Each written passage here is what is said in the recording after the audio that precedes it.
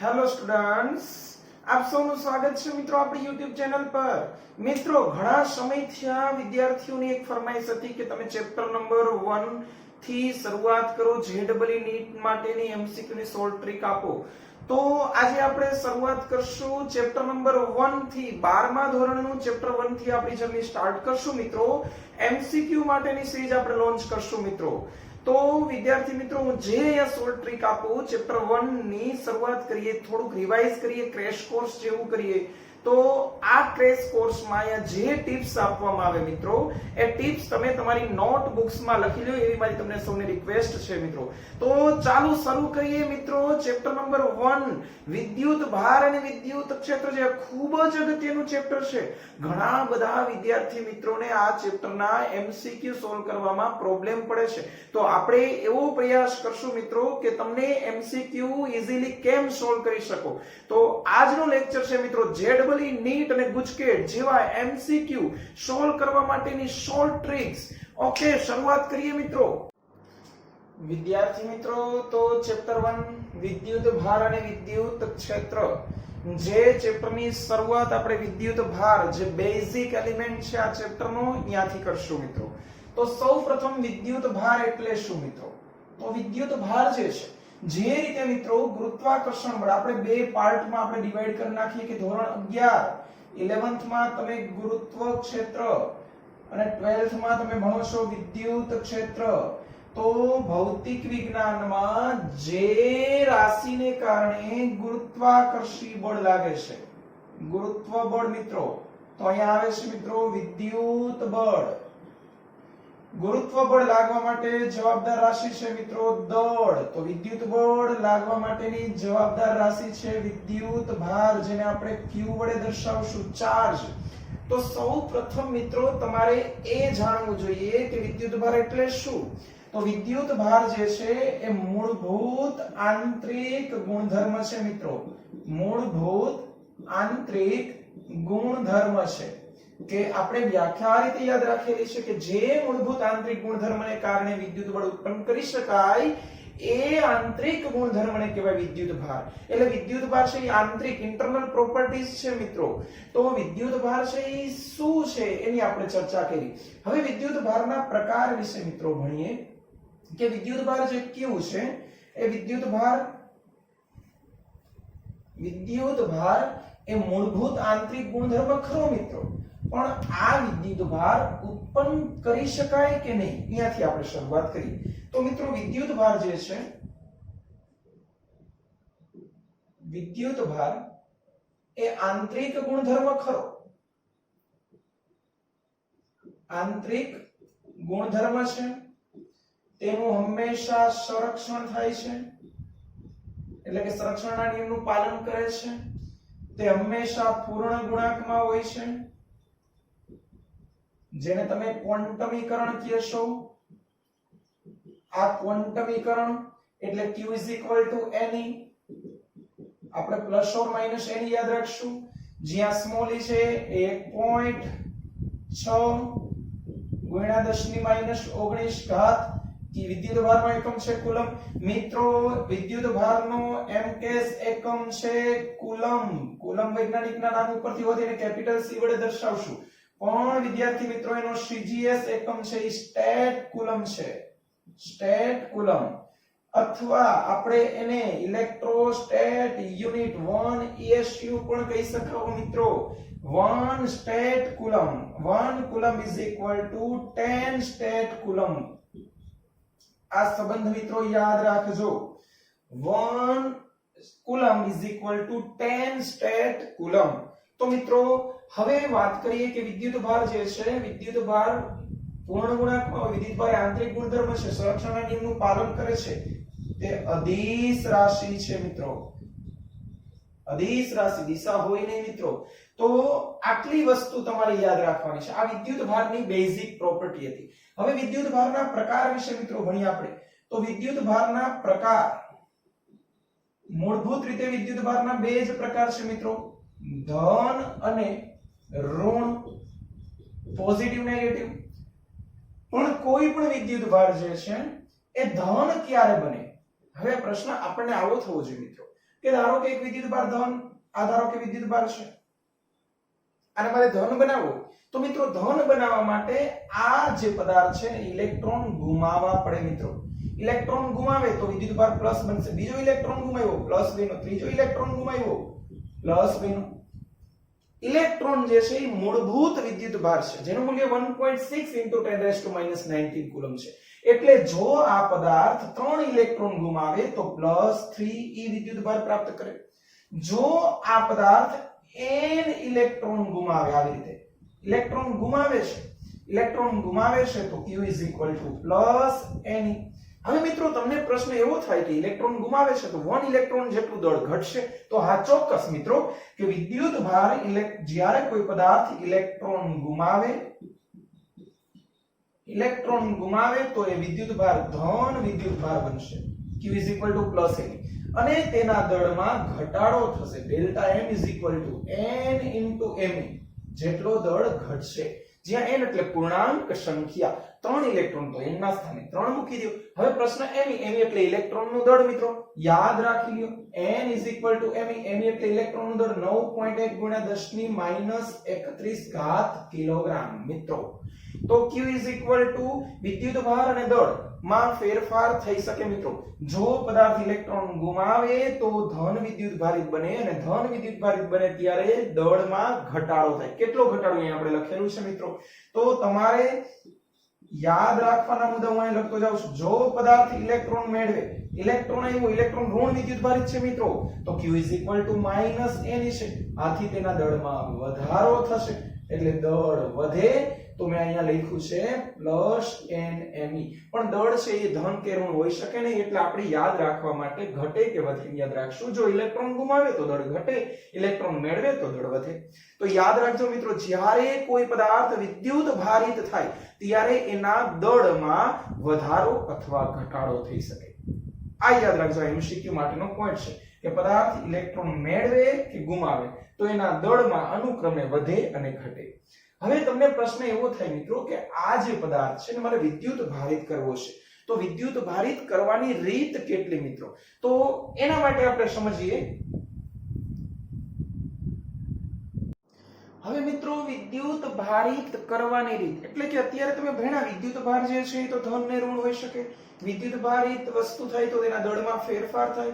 તો હવે વિદ્યુત ભારિત કરવાની આપણી પાસે એક રીત છે મિત્રો, ઘર્ષણની. ઘર્ષણની રીત બહુ જ જૂની રીત મિત્રો. ઘર્ષણની રીત. કોના ઘર્ષણ? તો કે મિત્રો જ્યારે કોઈ બે અવાહક પદાર્થને ઘસવામાં આવે, જેમ કે કાચનો સળિયો અને રેશમનું કાપડ. કાચના સળિયાને રેશમના કપડા સાથે ઘસવામાં આવે મિત્રો, તો કાચનો સળિયો એ ઋણ વિદ્યુત ભારિત બને અને રેશમનું કપડું ધન વિદ્યુત ભારિત બને. આ જ રીતે મિત્રો પ્લાસ્ટિકના સળિયાને ઊન સાથે ઘસવામાં આવે મિત્રો, પ્લાસ્ટિકના સળિયાને ઊન સાથે ઘસવામાં આવે તો પ્લાસ્ટિકનો સળિયો ધન વિદ્યુત ભારિત અને ઊન છે એ ઋણ વિદ્યુત ભારિત. હવે મિત્રો તમને પ્રશ્ન થાય કે જો કાંસકો એટલે કે પ્લાસ્ટિક જે છે એને તમે સૂકા વાળ સાથે ઘસો મિત્રો, તો સૂકા વાળ સાથે પ્લાસ્ટિકનો કાંસકો ઘસવાથી કાંસકા પર ઋણ વિદ્યુત ભારિત અને સૂકા વાળ છે એ ધન વિદ્યુત ભારિત બનશે. બહુ જ સહેલું છે મિત્રો, કંઈ છે જ નહીં. તમે યાદ રાખતા જાઓ કે ઘર્ષણ એટલે કોને ઘસવાથી? તો મિત્રો શબ્દ યાદ રાખો, અવાહક પદાર્થને ઘસવાથી. તો અવાહક બે અવાહક પદાર્થને ઘસો મિત્રો, તો ઘર્ષણથી કોઈ વિદ્યુત ભાર ઉત્પન્ન થશે. વિદ્યુત ભાર હંમેશા જોડ સ્વરૂપે છે. એક ધન બનશે એટલો જ સામે બીજો ઋણ વિદ્યુત ભારિત બનશે. ત્યારબાદ છે મિત્રો કે પ્રેરણની રીત. પ્રેરણની રીત એટલે કે કોઈ વિદ્યુત ભારિત વસ્તુ હોય, ધારો કે આ ગોળો છે અને આ વિદ્યુત ભાર વિહીન છે, એટલે કે આની ઉપરનો વિદ્યુત ભાર 0 છે, આના ઉપરનો વિદ્યુત ભાર આને આપણે નામ આપીએ Q2, આ Q1, આના ઉપરનો વિદ્યુત ભાર Q છે. હવે મિત્રો પ્રશ્ન એવો છે કે આ વિદ્યુત ભારિત છે, ચાલો અહીંની સપાટી ઉપર વિદ્યુત ભાર રહેલો છે, જે આના ઉપર કોઈ જ વિદ્યુત ભાર નથી. તો જ્યારે આ વિદ્યુત ભારિત વસ્તુના સંપર્કમાં આવ્યા વિના મિત્રો ખાલી એને બાજુમાં આપણે લઈ આવીએ, આપણે પ્રેરણ કરવું છે એટલે આપણે આ જે છે એમાં વિદ્યુત ભાર આવ્યો ક્યારે, તો એ પણ આપણે બેઝિક ટેક્સ્ટબુકમાં છે, પણ આપણે બહુ લોંગમાં નહીં જઈએ, આપણે શોર્ટમાં સમજાવવાનું છે કે જ્યારે મિત્રો બે આ પદાર્થ છે, આ બંને ધાતુના પદાર્થ છે. તો મિત્રો પહેલી વાત તો એ ખબર હોવી જોઈએ કે ધાતુ પદાર્થમાં હંમેશા વિદ્યુત ભાર તેની સપાટી ઉપર જ વિતરિત થાય. આ ધાતુના ગોળા છે બંને, તો આ ધાતુના ગોળા પર જે વિદ્યુત ભારિત આપણે બનાવ્યું એ વિદ્યુત ભારની સપાટી પર છે. હવે જો મિત્રો કોઈ વાહક તારથી આને જોડવામાં આવે, આ સમજો મિત્રો બરાબર, કારણ કે એમસીક્યુ જે પૂછાય એ જ મુદ્દા આપણે હું લઉં છું કે વિદ્યુત ભારિત થયેલી વસ્તુ જેના ઉપરનો વિદ્યુત ભાર q છે, આના ઉપર 0 છે, તો જોડ્યા પછી કુલ વિદ્યુત ભાર પેલા શોધી લો મિત્રો. Sigma q q1 q2 q 0 q.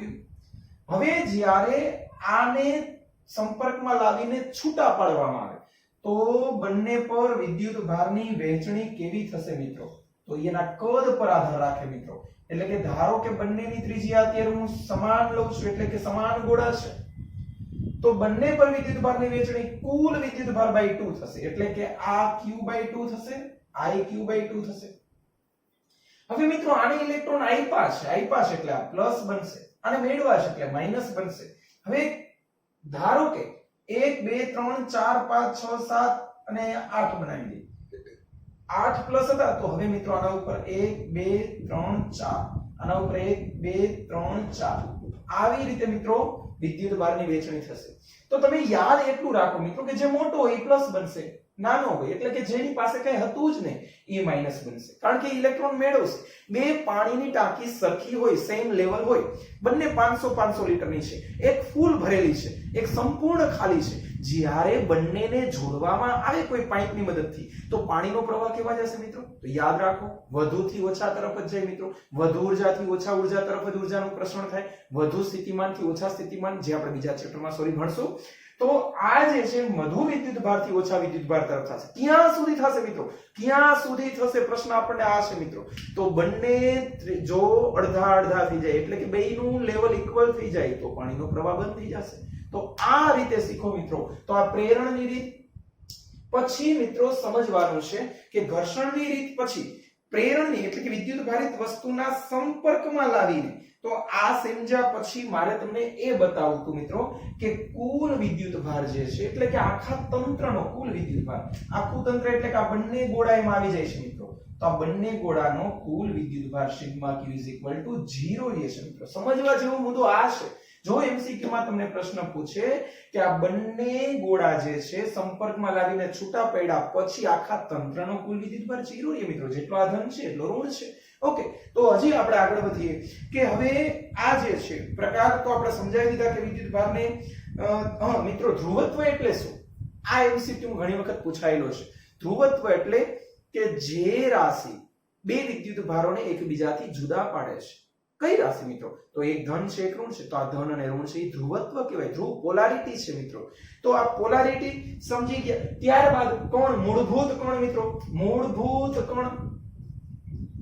મૂળભૂત કોણ ક્યાં છે મિત્રો, તો proton, electron, neutron, Brahma Vishnu Mahesh જેવા 3 કણ છે મિત્રો મૂળભૂત કણ, પ્રોટોન, ઇલેક્ટ્રોન, ન્યુટ્રોન. તો આ મૂળભૂત કણની વાત થઈ મિત્રો. હવે પ્રશ્ન આપણો અહીંયાથી ચાલુ થયો મિત્રો કે જ્યારે કોઈ પણ પદાર્થની આંતરક્રિયા થાય, આંતરક્રિયા એટલે કે કાં તો સંપર્કમાં લઈ આવો અથવા તો એને ઘસો એટલે કે વિદ્યુત ભારિત કરો, તો વિદ્યુત ભારિત કરવાની આ જે રીત છે ને આંતરક્રિયા આપણે કહીશું. કોઈ પણ પદાર્થની આંતરક્રિયા થાય મિત્રો ત્યારે હંમેશા કેની આપલે થાય મિત્રો, તો જે હલકો હોય મિત્રો, પદાર્થ શેનો બનેલો છે, તો આ 3 કણનો બનેલો છે. આ બ્રહ્મા વિષ્ણુ મહેશ છે, દૈવી કણ છે મિત્રો, પ્રોટોન, ઇલેક્ટ્રોન, ન્યુટ્રોન. કોઈ પણ કણ નાનામાં નાનો હોય, એમાં 3 તો હોય જ મિત્રો.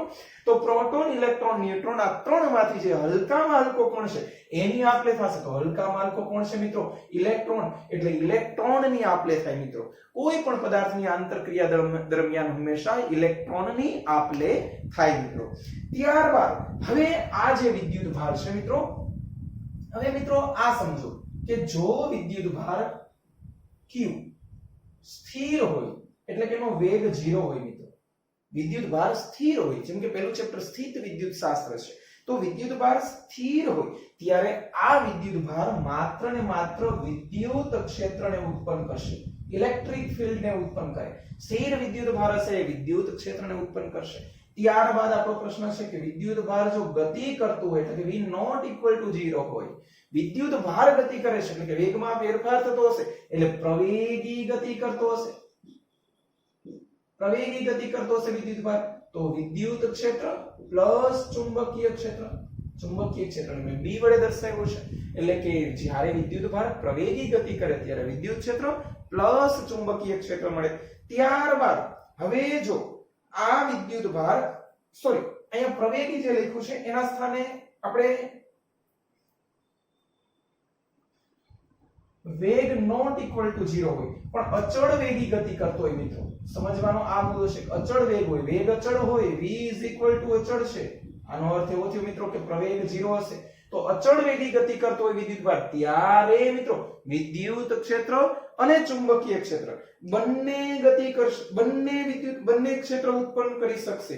પણ જો મિત્રો હવે પ્રવેગી વિદ્યુત ભાર હોય મિત્રો એટલે કે v not equal to અચળ એટલે કે પ્રવેગી વિદ્યુત ભાર હોય, વિદ્યુત ભાર પ્રવેગી ગતિ કરે તો મિત્રો સમજવાનો મુદ્દો કે રેડિયેશન મળશે. રેડિયેશન એટલે કે વિકિરણ, વિકિરણ ઉત્પન્ન કરશે જેને આપણે અત્યારે ગેમા તરીકે પણ યાદ રાખી લેશું કે ગેમા જે છે એ ગેમા કણ વિદ્યુત ચુંબકીય વિકિરણ ઉત્પન્ન કરવા માટે ઇલેક્ટ્રોનની અથવા વિદ્યુત ભારની પ્રવેગી ગતિ જવાબદાર છે મિત્રો. આ યાદ રાખજો મિત્રો, સ્થિર વિદ્યુત ભાર માત્ર વિદ્યુત ક્ષેત્ર ઉત્પન્ન કરે, ગતિમાન વિદ્યુત ભાર પણ અચળ વેગી ગતિ કરતો હોય વિદ્યુત ભાર તો વિદ્યુત ક્ષેત્ર પ્લસ ચુંબકીય ક્ષેત્ર, જો એનો પ્રવેગ 0 હોય ત્યારે E plus B, પણ જો એનો પ્રવેગ નોટ ઇક્વલ ટુ 0 હોય એટલે કે પ્રવેગી ગતિ કરતો હોય ત્યારે રેડિયેશન વિદ્યુત ચુંબકીય વિકિરણ ઉત્પન્ન થાય. વિદ્યુત ચુંબકીય વિકિરણ એટલે પ્રકાશ, પ્રકાશ ફોટોન, ફોટોન જે છે આપણે આગળના નેક્સ્ટ ચેપ્ટરમાં પણ યાદ રાખશું. તો અત્યારે મિત્રો આટલું નોટ ડાઉન કરી લ્યો મિત્રો, ત્યારબાદ ફરીથી આગળ વધીએ આપણે. ત્યારબાદ મિત્રો એકવાર ફરીથી રિપીટ કરી દઈએ કે વિદ્યુત ભારનો જે એકમ છે SI એકમ છે કુલમ છે મિત્રો. SI એકમ કુલમ છે, CGS એકમ છે 1 ઇલેક્ટ્રોસ્ટેટ યુનિટ છે, 3.3 × 10 કુલમ એટલે 1 ESU. ત્યારબાદ ઇન્ડસ્ટ્રીમાં જે યુનિટ વપરાય છે 1 ફેરાડે, ફેરાડે F કેપિટલ કરો, 1 ફેરાડે = 96500 કુલમ. ત્યારબાદ મિત્રો પ્રશ્ન આપણો કન્ટિન્યુ ચાલુ જ રાખતા હતા કે ભાઈ વિદ્યુત ભાર જે છે એ જો વાહક હોય મિત્રો, ધારો કે આ વાહક છે તો વાહક આ છે, ધારો કે અવાહક, તો વાહકમાં તમે જ્યારે વિદ્યુત ભાર પ્રેરિત કરો તો આ વિદ્યુત ભાર છે માત્ર એના સપાટી ઉપર જ રહી શકે મિત્રો. વાહકની અંદર કુલ વિદ્યુત ભાર સિગ્મા q હંમેશા 0 હોય મિત્રો. જ્યારે અવાહકમાં તમે જ્યાં વિદ્યુત ભાર આપશો એ વિદ્યુત ભાર ત્યાં જઈને સ્થિર થઈ જશે. આ સ્થિર વિદ્યુત ભાર છે મિત્રો. જ્યારે વાહકમાં તમે વિદ્યુત ભાર આપશો તમે ગમે તેટલો પ્રયત્ન કરશો પણ એ વિદ્યુત ભાર સપાટી ઉપર જ રહે મિત્રો. કેમ? પ્રશ્ન આપણને આવો થાય મિત્રો કે વાહક જે છે એની અંદર મુક્ત ઇલેક્ટ્રોન હોય છે. તમે જેવું વિદ્યુત ભાર આપશો, જો પ્લસ આપ્યો તો અંદરના માઈનસ આવી તટસ્થ કરી નાખશે, ન્યુટ્રલાઇઝ કરી નાખશે, એટલે વાહકની અંદર કુલ વિદ્યુત ભાર હંમેશા શૂન્ય હોય. જ્યારે અવાહકમાં કોઈ મુક્ત ઇલેક્ટ્રોન હોતા જ નથી એટલે તમે જે વિદ્યુત ભાર આપશો એ વિદ્યુત ભાર અંદર પ્રવેશી શકે. તો વાહકમાં વિતરિત થાય સપાટી પર, અવાહકમાં અંદર પણ વિતરિત થઈ શકે.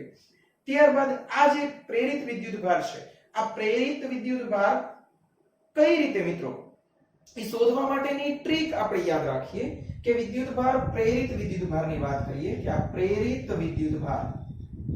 વિદ્યુત ભાર માટેનું સૂત્ર યાદ રાખી લે મિત્રો કે q ડેશ બહુ જ સહેલું છે મિત્રો, q dash = -q bracket of 1 - 1/k. આ સૂત્ર યાદ રાખી લો, q dash = -q bracket of 1 - 1/k. આ જે q છે એ q એટલે તમે આપેલો વિદ્યુત ભાર, q ડેશ એટલે પ્રેરિત વિદ્યુત ભાર, k જે છે k ડાઇલેક્ટ્રિક અચળાંક છે. જ્યાં k ની વાત કરીએ હવા હોય તો હવા માટે k = 1, therefore 1/1. 1 1 1 0 એટલે q dash is equal two 0. આનો અર્થ એવો થયો કે હવામાં કોઈ જ વિદ્યુત ભાર પ્રેરિત થશે નહીં, એટલે એને તમે અવાહક કહો છો. હવા છે મિત્રો અવાહકનો ગુણધર્મ છે. ત્યારબાદ જો કે ગ્રેટર ધેન 1 ની વાત કરીએ, તમને ખબર છે મિત્રો કે k ગ્રેટર ધેન 1 કેના માટે હોય? તો કે કોઈ અવાહક પદાર્થ માટે k નું મૂલ્ય ગ્રેટર ધેન 1 હોય. તો અવાહક માટે k ગ્રેટર ધેન 1 હોય તો q ડેશ જે છે મિત્રો એ minus q 1 by k, k greater than 1 છે મિત્રો એટલે 1 બાય 2 હશે તો 1 માઈનસ 1 હાફ 1 માઈનસ 1 થર્ડ, એટલે કે જવાબ જે મળશે એ 0 તો નહીં જ હોય, કઈક ચોક્કસ હશે. તો q dash is equal two, ધારો કે k ઇઝ ઇક્વલ ટુ 2 લઈ આપણે, k ઇઝ ઇક્વલ ટુ 2 તો 1 minus 1 half 1 half, therefore q dash is equal to minus q by 2. એટલે q dash is equal to minus q by 2 નો અર્થ એવો ન કહી શકાય મિત્રો કે મૂલ્યમાં q ડેશ જે છે એ મોટું મળશે. મૂલ્યમાં આ q ડેશ જે છે પ્રેરિત વિદ્યુતભાર q dash is equal to minus q by 2.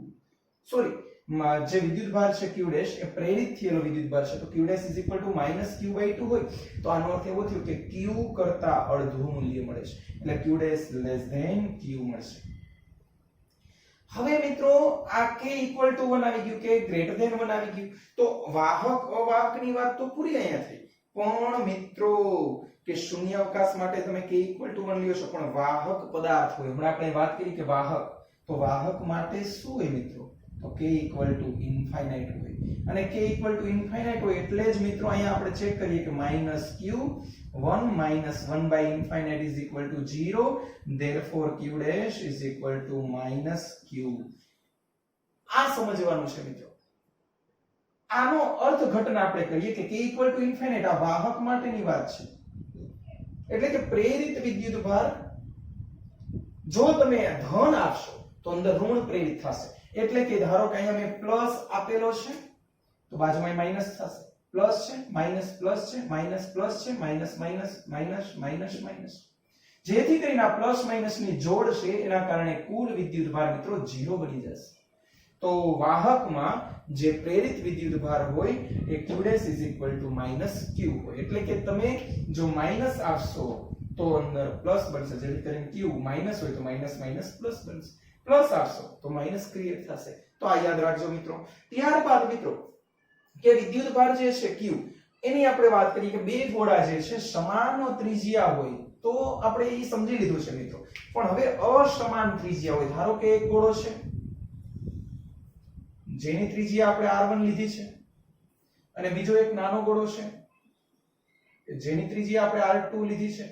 જ્યારે આ બંનેને એકબીજા સાથે સંપર્કમાં લાવવામાં આવે અને છૂટા પાડવામાં આવે તો પહેલા તો કુલ વિદ્યુતભારની વાત કરી દે. આના ઉપર ધારો કે q1 વિદ્યુતભાર હતો, આના ઉપર q2 હતો, જેથી કરીને સંપર્કમાં લાવશો. બે ભાઈ છે મિત્રો, એક નાનો છે એક મોટો છે, પ્રારંભમાં પેલા બે જોઈન્ટ ફેમિલીમાં રહે છે તો કુલ જે ઇન્કમ હશે, કુલ ઇન્કમ એટલે કે સિગ્મા q, તો એ પ્રારંભમાં q1 q2 છે, જેને હું હવે કેપિટલ q નામ આપીશ મિત્રો. પણ હવે જ્યારે કોઈ કારણસર એ બંનેને અલગ થવાનો વારો આવ્યો એટલે કે સંપર્કમાં લાવીને હું છૂટા પાડું છું, છૂટા પાડ્યા પછી મિત્રો, હવે છૂટા પાડ્યા પછી આ જે q છે એના પર વિદ્યુતભાર રહેશે કુલ q into r1 ના છેદમાં r1 plus r2. આ જ રીતે આના પર જે વિદ્યુતભાર રહેશે કુલ વિદ્યુતભાર એને ગુણ્યા ત્રિજ્યા ના છેદમાં r1 plus r2. તો સમજવાનું આ છે મિત્રો. હવે જો તમને એવો પ્રશ્ન પૂછે કે વિદ્યુત ભારિત થયા પછી મિત્રો તો તમારે સીધો લોજિક લગાવવાનો છે મિત્રો, r1 by r2 મળશે. આ યાદ રાખવાનું છે મિત્રો. રિપીટ કરું છું, મેં શું જો બે અસમાન ત્રિજ્યાના ગોળા લીધેલા છે, એકની ત્રિજ્યા r1 છે બીજાની r2 છે, બંનેને કંઈક વિદ્યુતભાર બે વિદ્યુતભાર ધરાવે છે, ભાઈ આ q1 ધરાવે છે આ q2 ધરાવે છે, બંનેને સંપર્કમાં લાવી એટલે કોઈ વાહકતાથી જોડેલા છે તો કુલ વિદ્યુતભાર q1 q2 જેને આપણે કેપિટલ q નામ આપ્યું છે. ત્યારબાદ કોઈ કારણસર સંપર્કમાં લાવીને છૂટા પાડું છું તો વિદ્યુતભારની વહેંચણી થશે. વહેંચણી થઈ ગયા પછી બંનેના વિદ્યુતભારના સૂત્ર છે કે ભાઈ પહેલા ગોળા ઉપર જે રહેશે એનું સૂત્ર કુલ વિદ્યુતભાર n ગુણ્યા એની ત્રિજ્યા છેદમાં બે ત્રિજ્યાનો સરવાળો. આ જ રીતે આનું સૂત્ર. તો તમે અહીંયા જોઈ શકો મિત્રો કે જે વિદ્યુત ભારની વહેંચણી છે એ ગોળાના પરિમાણ પર આધાર રાખે છે મિત્રો. જે ગોળો મોટો હશે એમાં વિદ્યુત ભાર જાજો સમાશે. ઓબ્વિયસ છે મિત્રો, એક 500 લીટરની ટાંકી છે અને એક 100 લીટરની ટાંકી છે. પાણીનો પ્રવાહ શેમાં વધારે સમાય છે? પાણીનો જથ્થો શેમાં વધારે સમાશે? ઓબ્વિયસ છે 500 લીટરમાં. કારણ કે પરિમાણ વધારે છે તો એની કેપેસિટી વધશે અને આને જ આગળ જતા આપણે કેપેસિટન્સ કહેશું બીજા ચેપ્ટરમાં મિત્રો. Okay, keep up Q1 dash is equal to Q into R1. હવે મારે સમજાવવું કે આવા MCQ ઘણા પૂછેલા છે મિત્રો કે Q1 dash અને Q2 dash નો ગુણોત્તર શોધો. કેન્સલ આઉટ થઈ જશે, Q cancel, R1 upon R2 મિત્રો. તો આ ઇમ્પોર્ટન્ટ સૂત્ર છે, યાદ રાખી લ્યો મિત્રો. ત્યારબાદ હવે આપણો પ્રશ્ન અહીંયાથી થોડાક આગળ વધારીએ કે વિદ્યુત ભાર જે છે, આ વિદ્યુત ભાર આમાં તમે એમ કીધું છે કે વધારે રહેશે અને આમાં ઓછો રહેશે. ઓકે, હોઈ શકે, પણ વિદ્યુત ભાર હંમેશા વધુ સ્થિતિમાનથી મિત્રો વધુ સ્થિતિમાનથી ઓછા સ્થિતિમાન તરફ જ વિદ્યુત ભાર ગતિ કરે મિત્રો. વિદ્યુત ભાર એ વધુ સ્થિતિમાનથી ઓછા સ્થિતિમાન તરફ ગતિ કરે. વધુ સ્થિતિમાનને આપણે સામાન્ય રીતે ધન કહેતા હોય અને ઓછા સ્થિતિમાનને આપણે ઋણ કયો છો. એટલે તો મિત્રો ધન વિદ્યુત ભારની દિશામાં વિદ્યુત પ્રવાહની વાત આવે છે ત્રીજા ચેપ્ટરમાં કે પ્રવાહ હંમેશા ધન થી ઋણ જાય, કારણ કે ધન વિદ્યુત ભારની દિશામાં વિદ્યુત પ્રવાહ લ્યો છો. ત્યારબાદ જો ધન વિદ્યુત ભાર હોય મિત્રો તો આપણે એવું સમજાવ્યું કે વધુ સ્થિતિમાન વિદ્યુત ભાર ધન હોય એના માટે વધુ સ્થિતિમાનથી ઓછા સ્થિતિમાન, પણ મિત્રો જો ઋણ વિદ્યુત ભાર હોય મિત્રો તો એ ઓછા સ્થિતિમાનથી વધુ સ્થિતિમાન તરફ ગતિ કરે. એટલે કે પરસ્પર વિરુદ્ધ દિશામાં ગતિ કરે. પછી ધારો કે આ એક તાર છે, આ A બિંદુ છે, આ B બિંદુ છે, A greater than B છે, એનું સ્થિતિમાન વધુ છે, તો ધન વિદ્યુત ભાર છે આ તરફ ગતિ કરશે, ઋણ વિદ્યુત ભાર છે આ તરફ ગતિ કરશે. That's all. તો આ યાદ રાખો મિત્રો, યાદ રાખો. બહુ જ સહેલું છે, કઈ નહીં બચ્ચા. ચાલો આગળ વધો. હવે આપણે સમજવાનો છે પોઈન્ટ કે વિદ્યુત ભારનું કુલંબનો નિયમ મિત્રો. હા, અગત્યનો ટોપિક છે મિત્રો, એના MCQ ઘણા પૂછાય છે.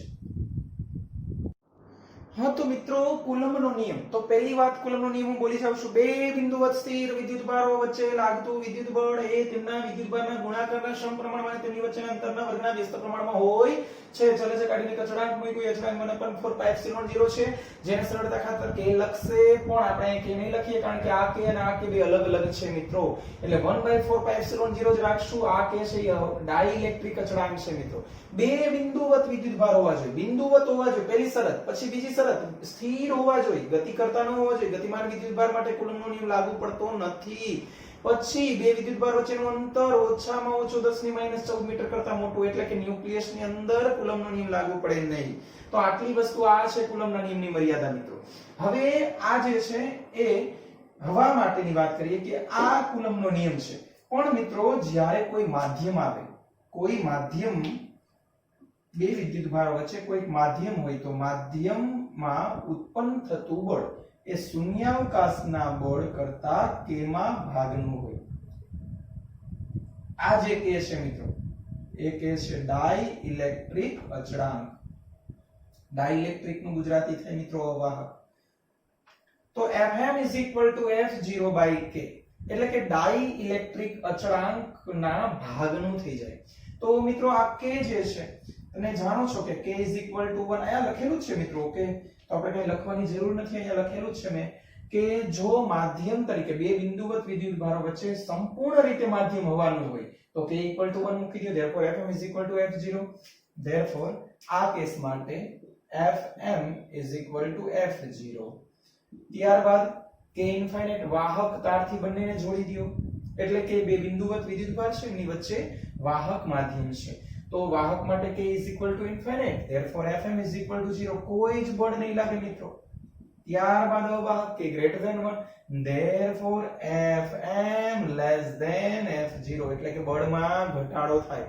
બે વિદ્યુત ભારો વચ્ચે મિત્રો અવાહક માધ્યમ મૂકો ને તો તેમની વચ્ચે લાગતું બળ એ પહેલા કરતા ઘટે. આ યાદ રાખજો મિત્રો.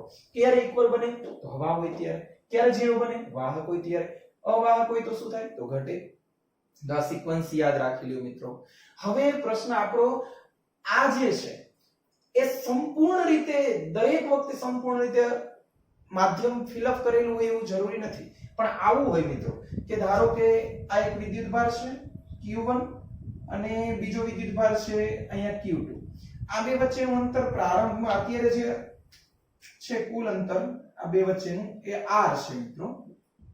એટલે તમને ખબર છે સૂત્ર લાગુ પડશે. પણ આટલો ડાઇલેક્ટ્રિક સ્લેબ મૂકવામાં આવે મિત્રો. હવે સમજવા જેવું છે કે આ ડાઇલેક્ટ્રિક સ્લેબ મૂકી દીધો એટલે કોઈ એવો પદાર્થ મૂકેલો છે કે જેનો ડાઇલેક્ટ્રિક અચળાંક k છે મિત્રો, અને એની જાડાઈ જે છે મિત્રો એ t છે.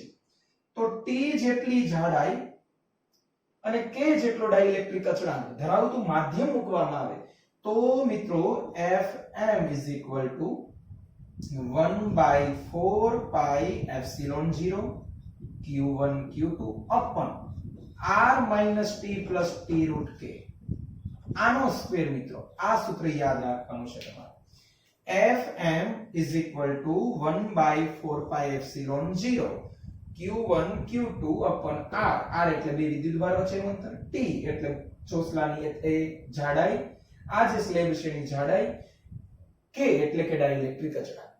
પણ મિત્રો આ એક જ સૂત્ર યાદ રાખો, આ નો યાદ રાખવું તો કારણ કે જ્યારે તમને ખબર છે મિત્રો કે અહીંયા કોઈ આખું સંપૂર્ણ ડાઇલેક્ટ્રિક ભરેલું હોય તો તમે ખ્યાલ છે મિત્રો r ની જગ્યાએ તમે t મૂકી શકો કારણ કે r = t.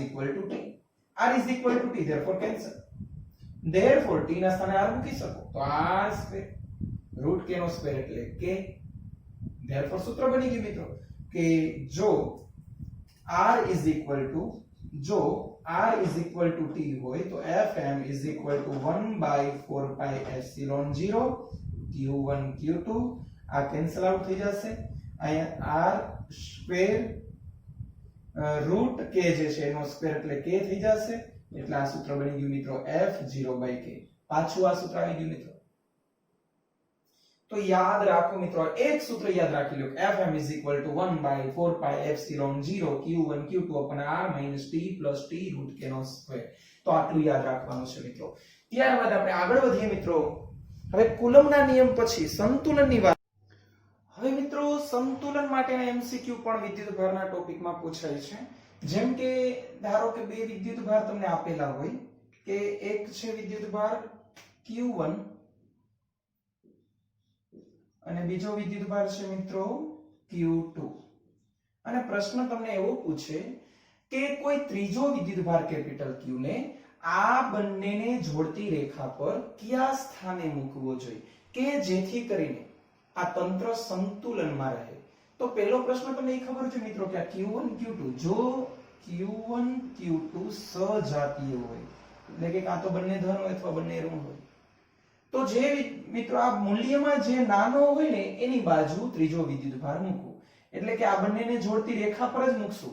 પણ ધારો કે Q1 નાનો છે તો Q1 નાનો છે તો હું કેપિટલ Q ને અહીંયા મૂકીશ. તો કેપિટલ Q ને આપણે મૂકીએ કે અહીંયા કેપિટલ Q ને મૂકશું. ચાલો તો આ કેપિટલ Q આપણે મૂકી દીધો. હવે અંતરની વાત કરીએ તો આ અંતર ધારી લ્યો મિત્રો x1 છે અને આ અંતર છે x2 છે.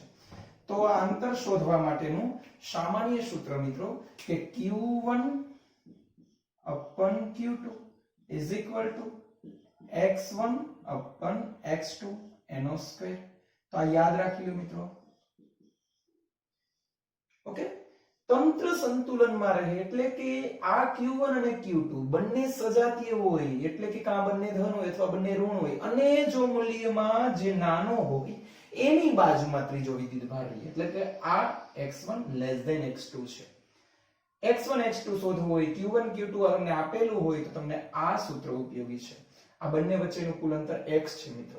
પણ પ્રશ્ન આપણો અહીંયાથી થોડાક આગળ લઈ જાય કે જો એક ધન હોય અને બીજો ઋણ હોય મિત્રો એટલે કે આ રીતનું હોય કે Q1 અને Q2 Q1 into Q2 < 0 હોય મિત્રો. એટલે કે એક ધન છે એક ઋણ છે.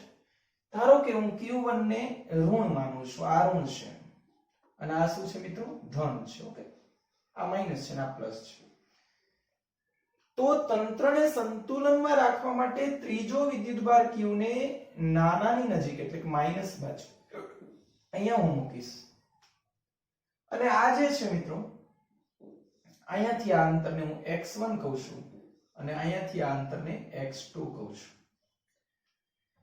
બે વિદ્યુત ભારો વચ્ચેનું અંતર તમને ખબર છે મિત્રો, ધારો કે r હોય તો x2 r + x1 કહી શકાય. તો એ પછીની વાત છે મિત્રો. બાકી સૂત્ર તો એક જ રહેશે, q1 q2 x1 x2 નો હોલ સ્ક્વેર મિત્રો. તો ત્યાર પછી સંતુલનમાં, હવે સંતુલન તો ખરું પણ સ્થિર સંતુલન અને અસ્થિર સંતુલન એની વાત કરીએ તો મિત્રો જ્યારે આ q છે એ આ બંનેના ચાર્જ જેવો જ હોય મિત્રો. આ સમજો મિત્રો કે q1 q2 અને q1 q2 અને q બધા જ સજાતીય હોય તો તમારે સમજવાનું કે આ સ્થિર સંતુલનની વાત છે. પણ મિત્રો q1 q2 બરોબર છે કે ભાઈ હાલો ઈ તો સજાતીય છે અને q જે છે એ વિજાતીય હોય તો આ અસ્થિર સંતુલનમાં કહી શકાય મિત્રો. તો આ યાદ રાખજો કે ક્યારે સ્થિર સંતુલન, ક્યારે અસ્થિર સંતુલન. ઓકે, તો હવે આવા એમસીક્યુ તમને આવડી ગયા છે એવું માનું છું કે q1 q2 એટલે કે સ્થિર સંતુલન માટે ચાર્જ શોધવો હોય કે અંતર શોધવો હોય એના માટેના સૂત્ર છે. હવે વિદ્યુત ભારના તંત્રમાં તટસ્થ બિંદુનું સ્થાન, હવે સ્થાન શોધવા માટે તટસ્થ બિંદુ એટલે કે જ્યાં વિદ્યુત બળ, જ્યાં વિદ્યુત ક્ષેત્ર શૂન્ય હોય મિત્રો. તો સૂત્ર તો એક જ છે પણ મિત્રો કે જ્યારે તમારે આ x1 શોધવું છે તો અંતર શોધવા માટેના સૂત્ર, તો આ જે છે એ ચાર્જ શોધવા માટેના, હવે તટસ્થ બિંદુનું સ્થાન એટલે કે તટસ્થ બિંદુના સ્થાન માટે x1 શોધવું છે મિત્રો. આ બે વચ્ચેનું અંતર q1 q2 વચ્ચેનું અંતર તમને ખ્યાલ હોવો જોઈએ મિત્રો, x છે. તો x1 x/1 plus root of, અહીંયા 1 હોય તો મિત્રો q2 બાય q1, અને જો x2 શોધવું હોય તો આ જ રીતે અંડર રૂટ ઓફ 1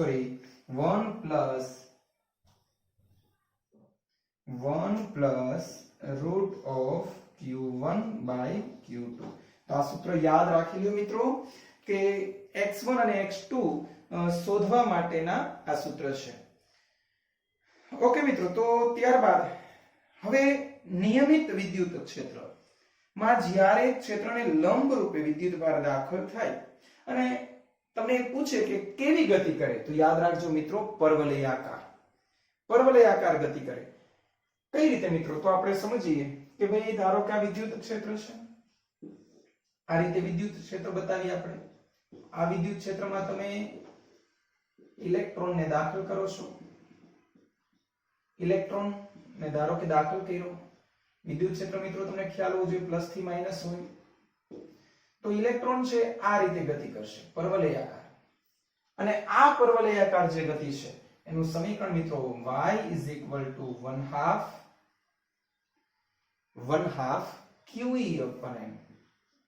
QE/m એટલે કે 1/2 a into x². એટલે કે x દિશામાં જે સ્થાનાંતર થાય છે y દિશામાં સ્થાનાંતર થાય છે, તો આ y દિશામાં સ્થાનાંતર શોધવાનું સૂત્ર મિત્રો. ઓકે, તો યાદ રાખીએ મિત્રો, જે કોણનું દળ મોટું હશે એનો ગતિપથ y, જે y દિશામાં જે ગતિ કરે છે એ તમને નાનું મળશે, અને y ચલ છે x², જે સાબિત કરે છે કે આ પરવલયાકાર ગતિ કરતું હશે. તો y = 1/2 QE/m, ત્યારબાદ એક બાકી રહી ગયું છે મિત્રો, x/u નો સ્ક્વેર મિત્રો.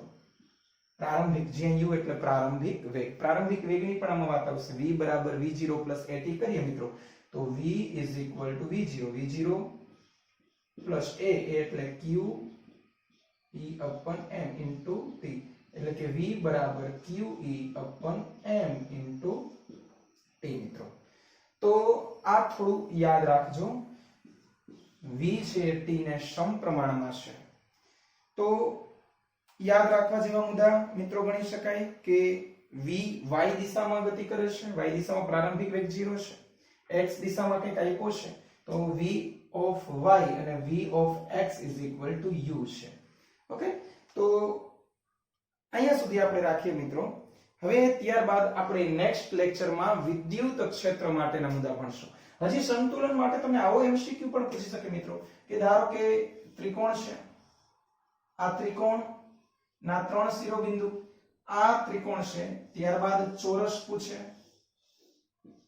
તો આ યાદ રાખજો મિત્રો કે ત્રિકોણના 3 શિરોબિંદુ છે અને દરેક ઉપર વિદ્યુતભાર Q છે, તો એના કેન્દ્ર પર કેટલો વિદ્યુતભાર મૂકવાથી આ તંત્ર સંતુલનમાં રહે? સીધો જવાબ મિત્રો આ Q જે છે, Q નું સીધું સૂત્ર પ્લસ Q હોય તો આપણે માઈનસ Q લેવું બાય √3 પૂરું.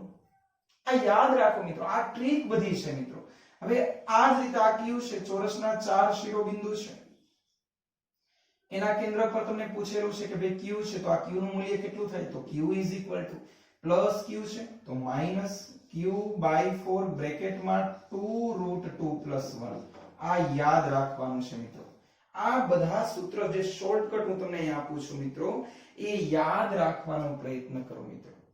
ત્યારબાદ જો તમને એવો પ્રશ્ન પૂછે કે બે સમાન વિદ્યુતભાર છે, ધારો કે અહીં આપણે બતાવી દઈએ એક Q1 છે મિત્રો અને આ પણ Q છે, એટલે કે બંનેના મૂલ્ય સમાન છે, તો એમના મધ્ય બિંદુ જે છે, આ મધ્ય બિંદુ પાસે જે તમને આન્સર મળશે એ Q જે છે તટસ્થ બિંદુ માટે Q -Q/4 આ હશે મિત્રો.